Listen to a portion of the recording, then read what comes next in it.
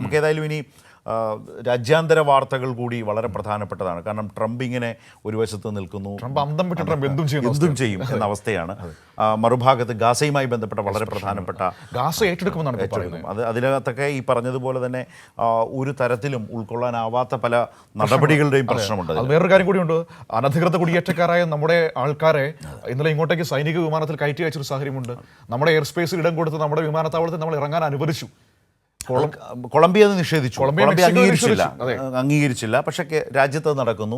വിനീത വിധേയനായി കേന്ദ്രഭരണവും പ്രധാനമന്ത്രിയും നിൽക്കുന്നു എന്ന ശക്തമായ ആക്ഷേപം കേൾക്കുന്നു. ഇത് രണ്ട് സാഹചര്യങ്ങളാണ് മനു.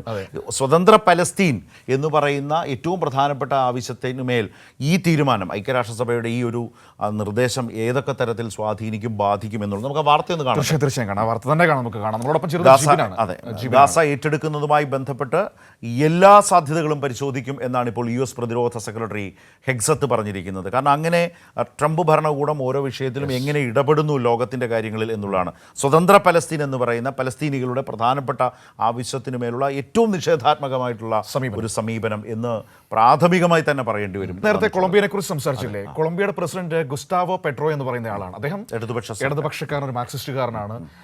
നമ്മുടെ രാജ്യത്തിന്റെ കരുത്തൊക്കെ എടുത്ത് നോക്കുകയാണെങ്കിൽ ഒരു ചെറിയ രാജ്യം, അമേരിക്കയുടെ ചുറ്റുവട്ടത്തിലാണ്. അവർ പോലും സ്വീകരിച്ചൊരു നിലപാട് കണ്ടോ? എത്ര കരുത്തുറ്റ നിലപാട്! അമേരിക്കയുടെ സൈനിക വിമാനത്തിന് അവിടേക്ക് ഇറങ്ങാനോ ഉള്ള അനുമതി നൽകിയില്ല. പക്ഷേ നമ്മുടെ നാട്ടിൽ സംഭവിച്ചതോ രാജ്യത്തേക്ക് അത് കയ്യാമം വെച്ച് അനധികൃത കുടിയേറ്റക്കാരാണ്. അമേരിക്കയുടെ ചരിത്രം തന്നെ ഒരു കുടിയേറ്റ ചരിത്രമാണ്. ട്രംപിന്റെ ചരിത്രവും അത് തന്നെയാണ് ഉറപ്പായും.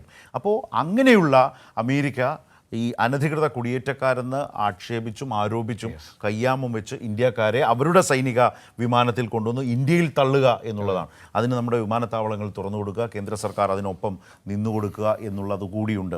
അത് വളരെ പ്രധാനപ്പെട്ട ചില കാര്യങ്ങളാണ്. ഏതായാലും രാജ്യാന്തര തലത്തിലെ വാർത്തകൾ അതൊരു ദേശീയ വാർത്തയുടെ ഭാഗം കൂടിയായി മാറിയിരിക്കുകയാണ്. എങ്ങനെയൊക്കെ അതുമായി ബന്ധപ്പെട്ട് കേന്ദ്ര സർക്കാർ വിശദീകരിക്കും, എങ്ങനെ ജനങ്ങളോട് വിശദീകരിക്കും? പ്രതിപക്ഷം, പ്രത്യേകിച്ച് സഭ നടക്കുന്ന സമയമാണ്.